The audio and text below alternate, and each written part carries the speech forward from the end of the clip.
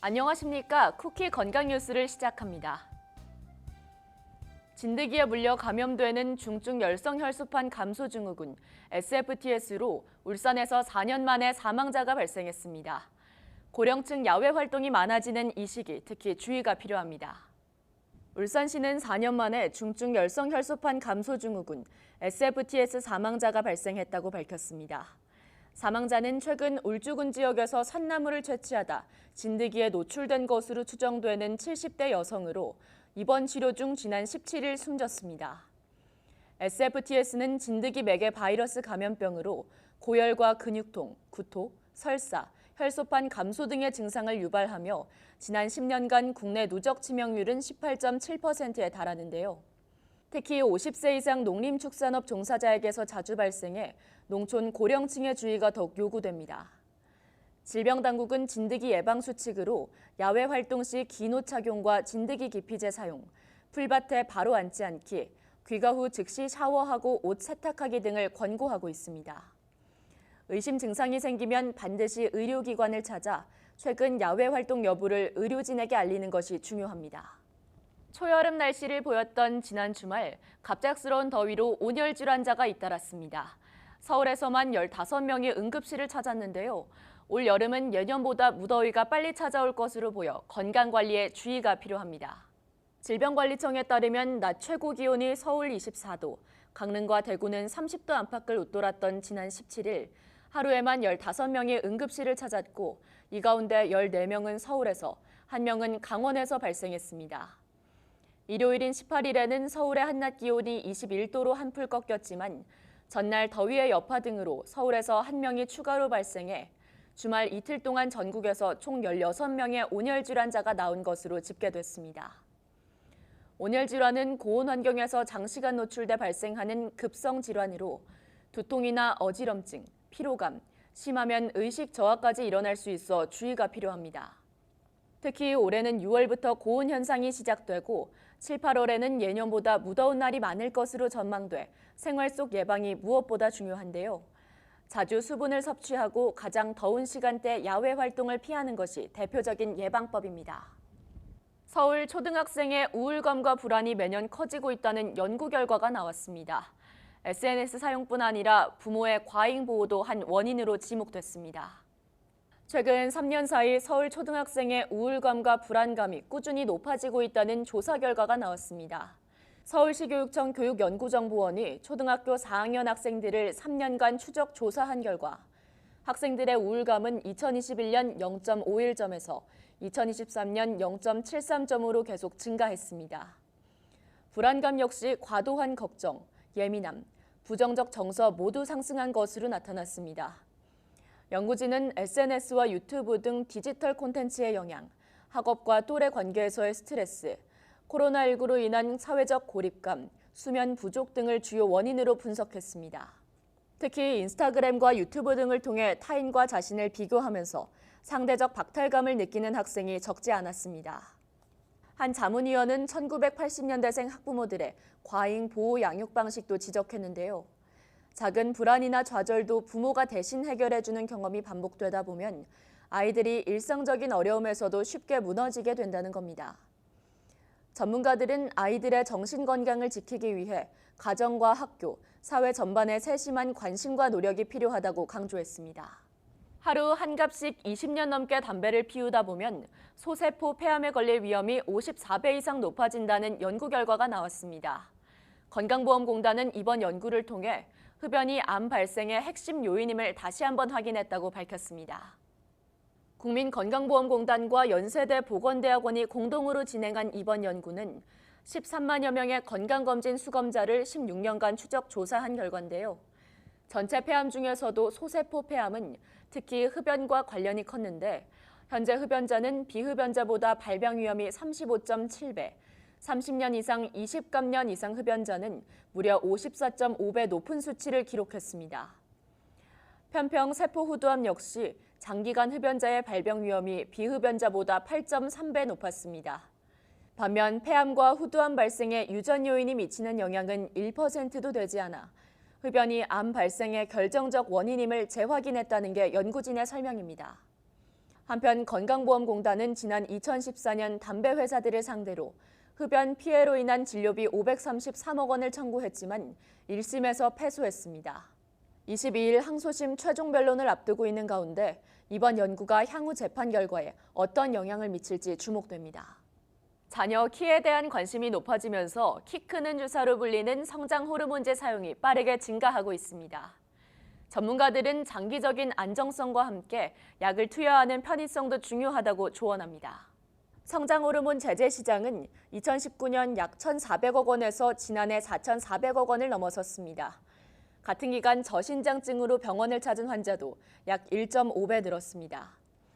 성장 호르몬제는 대개 1년 이상 매일 자가 주사하는 방식으로 사용되는데요. 시장 연령이 어릴수록 치료 기간이 길수록 효과가 큰 것으로 알려져 조기 진단의 중요성도 커지고 있습니다. 전문가들은 제품 선택 시 오랜 임상 데이터를 보유한 안정성과 함께 주사기 형태, 보관 조건 같은 편의성도 고려해야 한다고 강조합니다. 한편 성장 호르몬은 반드시 저신장증 진단이 있어야 처방 가능한 전문 의약품이지만 일부 성장 클리닉에서는 정상 아이에게도 무분별하게 권하는 사례가 있어 실태 조사가 진행 중입니다. 또한 최근 5년 사이 부작용 신고도 5배 가까이 증가했는데요. 대부분 경미한 증상이지만 장기간 고용량 투여로 인한 호르몬계 이상도 보고되고 있습니다. 전문가들은 약물만큼이나 충분한 수면, 운동, 균형 잡힌 식습관 등 생활습관 개선도 함께 이뤄져야 건강한 성장에 도움이 된다고 조언합니다. 다이어트 건강기능식품 여러 개 같이 드시는 분들 계시죠? 그런데 체지방 감소 기능이 중복된 제품을 함께 먹을 경우 오히려 건강에 해가 될 수 있다고 합니다. 한국소비자원은 체지방 감소 기능이 있는 다이어트 건강기능식품의 중복 섭취를 피하라고 당부했습니다. 함유 원료인 가르시니아 캄보지아 추출물이나 녹차 추출물 등을 다른 체지방 감소 건강기능식품과 함께 복용하면 간 독성 등 이상 사례가 발생할 수 있기 때문인데요. 앞서 식품의약품안전처도 지난 1월 가르시니아 캄보지아 추출물의 재평가를 통해 다른 체지방 감소 건강기능식품과의 병용 섭취를 피하라고 권고한 바 있습니다. 하지만 소비자원이 시중에 유통되는 해당 제품 12개를 조사한 결과 10개 제품은 중복 섭취 관련 주의사항을 제대로 표시하지 않았고 같은 기능성 원료를 사용했더라도 제품별 일일 섭취량당 가격 차이가 최대 34배까지 벌어졌습니다. 같은 채소인 줄 알고 먹었는데 사실은 전혀 다른 영양소를 가진 채소들이 있죠. 모양도 비슷하고 이름도 비슷하지만 영양소, 효능, 먹는 법까지 전혀 다른 채소들. 오늘 건강톡톡에서는 비슷해 보여도 제대로 알고 먹어야 더 건강한 채소들부터 하나씩 짚어보겠습니다. 우리가 일상적으로 먹는 채소들. 종류는 많은데 솔직히 헷갈릴 때가 있죠. 그게 그거 아니야? 싶은 토마토와 방울토마토, 단호박과 늙은 호박, 그리고 콩나물과 숙주나물처럼 말이에요. 그런데 이 채소들, 영양 성분도 다르고 조리법이나 효능, 심지어 보관법까지 다릅니다. 하나하나 비교해보며 우리 몸에 더 잘 맞는 채소 함께 골라볼까요? 먼저 토마토 대 방울토마토입니다. 방울토마토는 토마토보다 크기만 작은 거 아니야? 아니죠. 영양소는 오히려 방울토마토가 더 풍부한데요. 같은 품종이지만 방울토마토는 완전히 익은 후 수확하고 일반 토마토는 덜 익은 상태에서 수확하기 때문에 비타민 A, B군, C, 칼륨, 식이섬유가 더 많이 들어있고요. 특히 항산화 물질인 플라보노이드는 일반 토마토보다 무려 4배에서 6배가 높습니다. 게다가 방울토마토는 껍질 비율이 높아서 플라보노이드 같은 껍질 중심의 영양소를 더 많이 섭취할 수 있죠. 작다고 무시하면 안 되는 방울토마토, 작고 강력한 슈퍼푸드입니다. 이번에는 단호박 대 늙은 호박. 색도 비슷하고 둘 다 달달해서 어떤 게 더 좋은 거지 고민될 때가 많죠. 단호박은 항산화 성분인 베타카로틴이 풍부해서 피부 건강, 면역력 강화에 좋은데요. 국가식품성분표에 따르면 단호박은 늙은 호박보다 베타카로틴이 무려 6배나 많습니다. 반면 늙은 호박은 아르기닌이 풍부해서 부기 제거나 이뇨작용에 효과적인데요. 특히 산모나 부종이 자주 생기는 분들은 호박즙의 형태로 섭취하면 효과적입니다. 마지막 비교는 콩나물 대 숙주나물입니다. 둘 다 나물 반찬으로 많이 먹고 모양도 비슷해서 혼동하기 쉬운데요. 차이는 원재료부터 시작됩니다. 콩나물은 콩에서, 숙주나물은 녹두에서 싹을 틔운 나물이죠. 영양소는 콩나물이 비타민 C, 숙주나물은 비타민 A가 풍부합니다. 또 콩나물은 줄기가 굵고 아삭한 식감이라 국이나 볶음 요리에 잘 어울리고요. 숙주는 부드럽고 쉽게 익는 특성 때문에 찜이나 빈대떡 같은 전 요리에 적합합니다. 조리법, 식감, 영양소가 다르니까 레시피에 따라 골라 드시는 게 좋겠죠. 채소는 보관법도 중요합니다. 잘못 보관하면 영양도 손실되고 쉽게 상하거든요. 먼저 토마토는 꼭지를 떼고 보관해야 꼭지를 통한 부패나 수분 손실을 막을 수 있어요. 방울토마토는 겹치지 않게 보관해야 껍질이 터지지 않고 오래 갑니다. 호박즙은 추출 온도와 원재료가 핵심인데요. 저온에서 추출하고 유기농 호박을 사용한 제품을 고르세요. 콩나물과 숙주나물은 깨끗이 씻은 후 물에 잠기도록 밀폐 용기에 담아 냉장 보관하면 신선하게 오래 유지할 수 있습니다. 오늘 소개한 채소들 겉으로는 비슷해 보여도 영양소도 다르고 효과도 다르고 요리법도 전혀 다르다는 사실 이제 아셨죠? 작다고 무시하지 마세요. 방울토마토가 더 영양가 높고요. 콩나물과 숙주나물도 요리 종류에 따라 다르게 사용하면 맛도 살고 건강도 챙길 수 있어요. 게다가 똑똑한 보관법까지 더하면 작은 채소 하나에도 건강이 꽉 찬다는 사실 잊지 마세요. 다음 건강톡톡 보겠습니다. 매 시즌 새로운 디자인을 선보이는 커피 프랜차이즈 텀블러부터 여기저기서 사은품으로 받은 휴대용 물병까지 집에 하나씩은 있는 텀블러. 때로는 따뜻하게, 때로는 시원하게 음료의 적당한 온도를 오랫동안 유지하고 일회용 컵 사용을 줄여 쓰레기 배출량을 줄이면서 미세 플라스틱에 노출되는 것을 막는 데 아주 유용한데요. 얼마나 깨끗하게 사용하고 계신가요? 텀블러 입구가 좁고 마실 거리만 담아서 사용했기 때문에 물로만 대충 헹궈 또 쓰기도 하죠. 하지만 제대로 세척하지 않으면 건강에 악영향을 끼칠 수 있다고 합니다. 원인은 박테리아 때문이라고요. 영국 레스터 대학교의 임상 미생물학 전문가 프림로즈 프리스톤 부교수에 따르면요. 인간에게 감염을 일으킬 수 있는 박테리아는 일반적으로 약 37도의 체온에서 증식하지만 약 20도의 실온에서도 번식할 수 있습니다. 세균은 따뜻하고 습도가 높은 환경에서 급속도로 증식하기 때문에 물이나 음료를 장시간 담아두게 되는 텀블러 특성상 내부에 세균이 생기기 쉬운데요. 특히 따뜻한 마실거리를 담아 밀폐 뚜껑까지 꼭 닫고 오래 보관할수록 박테리아 증식 속도가 더 빨라진다네요. 그렇다면 어떤 음료가 더 위험할까요? 설탕이 함유된 음료는 박테리아의 먹이를 제공하기 때문에 우유나 단백질 쉐이크, 당분이 많은 주스 등 영양분이 풍부한 음료를 마셨다면 세균이 더 빠르게 많이 증식할 수 있습니다. 물만 담아뒀다고 안심해서도 안 됩니다. 물을 마시는 과정에서 손이나 입에 존재하던 세균과 침, 미생물이 텀블러 안으로 흘러들어가 박테리아 증식 활동을 돕기 때문인데요. 대부분의 박테리아는 건강한 사람에게 큰 해를 끼치지 않지만 면역력이 약한 사람에게는 설사나 구토 등을 일으킬 수 있습니다. 텀블러를 씻어도 미끄럽게 느껴진다면 물병 재질이 아닌 축적된 박테리아 때문이니까요. 제대로 세척하셔야 해요. 그 방법도 알려드릴게요. 가장 중요한 것은 텀블러에 있는 물이나 음료를 가급적 빨리 마시고 남은 음료를 더 이상 안 마실 생각이라면 바로 버려야 합니다. 우유나 단백질 쉐이크를 담았던 텀블러는 바로바로 세척하는 것이 중요하고요. 140도 이상의 뜨거운 물로 헹구고 세제를 묻힌 솔로 내부를 꼼꼼하게 닦은 뒤 다시 뜨거운 물로 헹궈야 한다고 프리스톤 교수는 조언했습니다.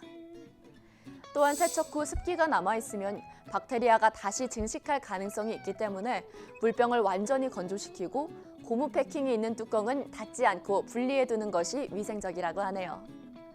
만약 매일 세척하기 어려운 상황이더라도 최소 일주일에 몇 차례는 깨끗이 씻어야 하고 악취가 나기 시작하면 즉시 병을 버려야 한다고 하는데요.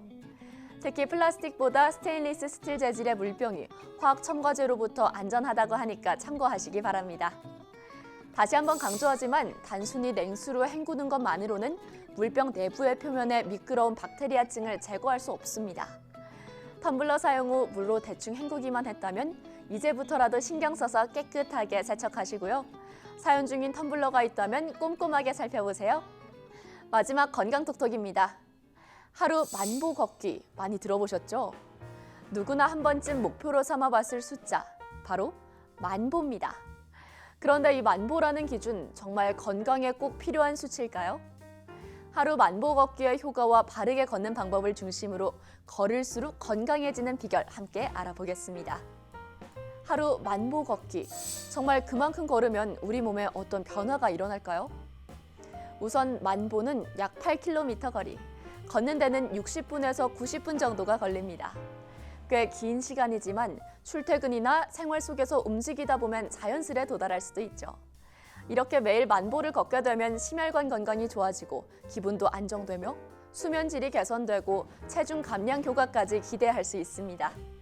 전문가에 따르면 하루 300에서 500kcal 소모가 가능하고 한 달이면 지방 2kg 감량 효과로 이어질 수 있다고 하네요. 그렇다면 만보를 꼭 채워야 할까요? 사실 전문가들은 7,000에서 8,000보만 걸어도 건강 효과는 충분하다고 말합니다. 운동에 익숙지 않은 분들이라면 5,000보부터 시작해서 점차 늘리는 방식이 안정하고 효과적인데요. 무리해서 걷다 보면 무릎이나 발목, 고관절 같은 부위에 무리가 갈 수 있기 때문이죠. 중요한 건 얼마나 보다 내 몸에 맞게 꾸준히 걷는 겁니다. 물론 걸음수도 중요하지만 어떻게 걷느냐, 즉 걷기의 질이 중요한데요. 특히 보폭이 건강과 인지 기능에 미치는 영향이 크다는 사실 알고 계셨나요? 보폭이 좁은 사람은 치매 발생 위험이 3배 높고 반대로 보폭을 의도적으로 넓히면 뇌를 자극해서 주의력, 판단력 같은 인지 능력을 높이는 데도 효과적이라는 연구 결과가 있습니다. 걷기 자체가 몸과 두뇌를 동시에 쓰는 이중 과제 운동이기 때문이죠. 걷기 품질이 곧 뇌 건강 품질이라는 거 잊지 마시기 바랍니다. 자, 그렇다면 보폭을 넓히면서 바르게 걷는 법은 어떤 걸까요? 첫 번째, 몸통을 곧게 펴고 머리끝이 하늘에서 잡아당기듯 곧은 자세를 유지해야 합니다. 그리고 배와 항문에 살짝 힘을 주면 중심이 흔들리지 않아 더 멀리 안정적으로 나아갈 수 있고요. 세 번째, 팔꿈치는 몸 뒤로 쳐서 반작용으로 추진력을 만들어줍니다. 네 번째, 발은 무릎을 펴듯 앞으로 내딛고 발 뒤꿈치부터 바닥에 착지하는 게 안정감을 주고요. 복식 호흡 리듬도 잊지 마세요. 숨을 들이쉴 땐 배를 불리고 내쉴 땐 조이듯 배를 당기며 리듬을 유지하면 됩니다. 그런데 운동에서 가장 중요한 건 꾸준함이죠. 걷기 역시 재밌고 지속 가능한 루틴을 만드는 게 중요한데요. 만보기나 스마트워치, 걷기 앱 등을 활용하면 나의 진행 상황을 쉽게 확인할 수 있고 자신에게 맞는 루틴을 만드는 데 큰 도움이 됩니다. 언덕길로 코스를 바꾸거나 가벼운 짐이나 웨이트 조끼를 더하면 같은 시간에도 운동 효과는 훨씬 올라가고요. 무작정 숫자를 채우기보다 하루 30분 걷기 같은 시간 단위 목표를 실천하면 더 부담 없이 꾸준히 할 수 있습니다. 자, 오늘의 건강 정보 다시 정리해 볼까요? 하루 만보 걷기, 목표로 삼기 좋지만 처음엔 5,000보부터 시작해도 충분합니다. 보폭을 의식적으로 넓히면 뇌 건강까지 챙길 수 있고 복식 호흡과 바른 자세를 유지하는 것도 중요합니다. 걷기 앱이나 스마트워치로 나만의 루틴을 만들고 얼마나 보다 어떻게 꾸준히 걷는지에 집중해보세요.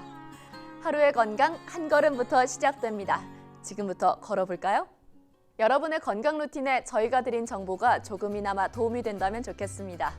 남은 하루도 건강으로 가득 채우시길 바라면서 오늘은 여기서 인사드릴게요. 함께해 주셔서 고맙습니다.